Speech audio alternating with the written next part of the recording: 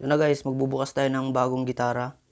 Napakalupit na gitara itong bubuksan natin. Yan, tanggalin natin ang takip. Nakalagay dyan, gusto ko matutong maggitara. DND yung pangalan ng gitara na to guys, The Django Junior. Napakaganda niyan. Okay, pakita muna natin yung mga freebies niya. Yung pasurot niya. Una ito, yung kapo niya guys. Tapos meron siyang dalawang pick sa loob. Napakaganda ng kapo nito. Mabigat siya, color black. Ayos na ayos to guys. Ayos na ayos. Kahit itong freebies lang to, kapo, okay na okay na. Tapos meron pa siyang, ito, cord. Yan, yung sinasaksak sa amplifier. Ito yung amplifier guys, oh. Yan. Pero hindi ito kasama guys, para lang dyan yan, yung cord. Tapos meron pa siyang, ito. Ano ba to? Manual pala to, para sa pick up niya. Yan, tapos meron siyang, ito, guitar strap guys. Yung sinasabit sa balikat. Tapos sa gitara. Yun. Pero okay lang kahit hindi nyo nalagyan ng ganito.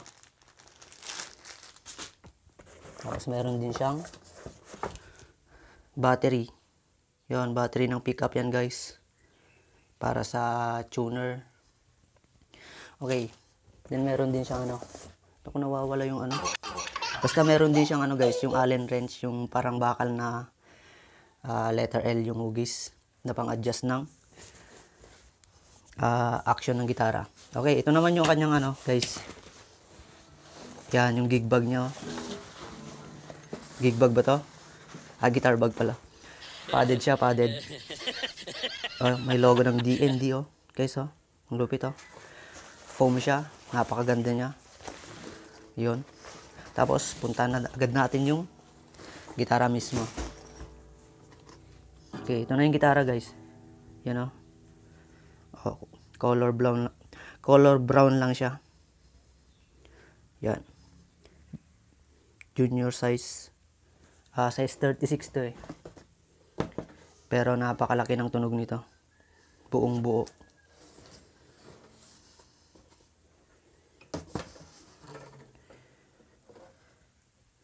Yan. Mahogany ito guys Mahogany itong ano niya. Isang kamay lang kasi ang pang ano natin eh. Ito mahogany itong ano niya guys, top. Mahogany. Tapos nung side niya. Yan. Mahogany rin yan. Meron siyang pickup dyan, oh. Gumagana yan guys, Tingnan natin, pindutin natin. Yan, di ba? Umilaw. Oh. G2 yung ano niya, yung pickup. Yan na mismo yung gitara niya guys, oh. Junior size lang yan.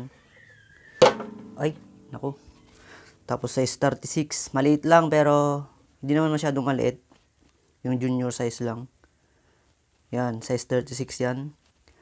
Pero napakaganda ng tunog niyan guys, buong buo. DND, The Django Junior Mahogany. Mahogany rin to kasi. Mahogany itong top niya. Yan, tapos yung side, mahogany rin yan. Yan, meron pang pickup, di ba?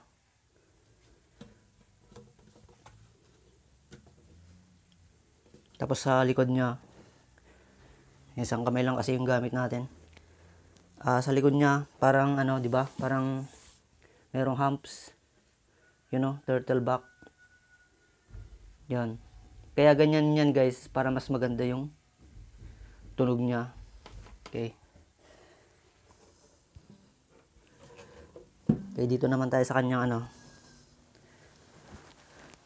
Ganda ng pick guard niya, black. Yan yung pick guard niya guys. Black. Yan, tapos ito yung bridge niya. Bridge yung black na yan. Rosewood daw yan eh, rosewood. Tapos itong ano naman niya, itong fretboard, rosewood din yan. Tapos yung mga dot, guys, yung ano, yung parang bilog-bilog na white na yan, nakabaon yan guys, nakabaon. Inlays yan. Yan, mas maganda pag nakabaon yung mga ano niya para hindi siya mabubura. Yan, tapos dito naman tayo sa kanyang ulo, head. May logo ng DND, oh. Nakabaon din yun guys, inlays. Nakabaon yan. Para hindi mabura. Tapos black yung mga tuning keys niya. Yun, dito naman sa likod ng kanyang neck ay parang V-shape siya. Mahogany rin yan. Pero yung board niyan ay rosewood. Yan o. Hindi halatang nagdikit yung rose at mahogany. Yan. Okay, doon naman tayo sa kanyang pick up. Yan, gumagana yan guys. Pick up. Okay, ilawan natin. Yun o, umilaw o.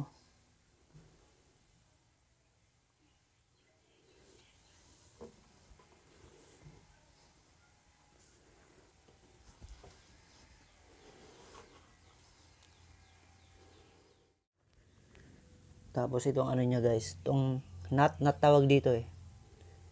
Ito.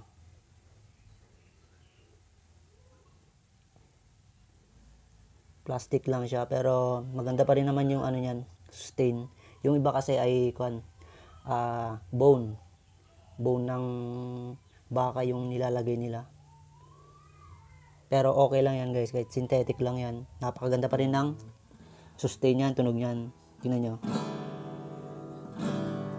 Basta guys, manood kayo ng mga review nito, gitarang to. Napakaganda ng tunog nito at buong buo.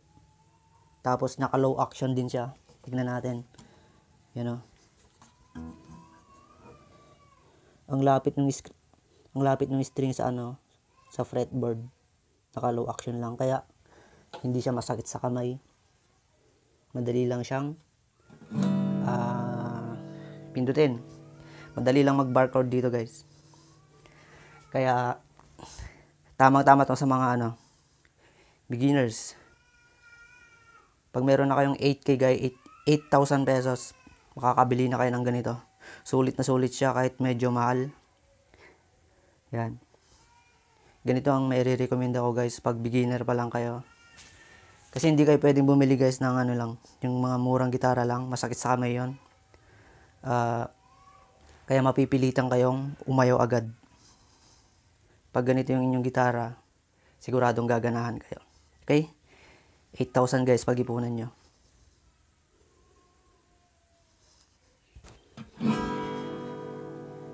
O, di ba? Isa pa nga.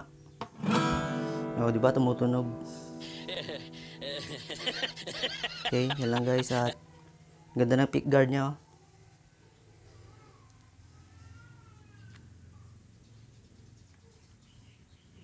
8,000 guys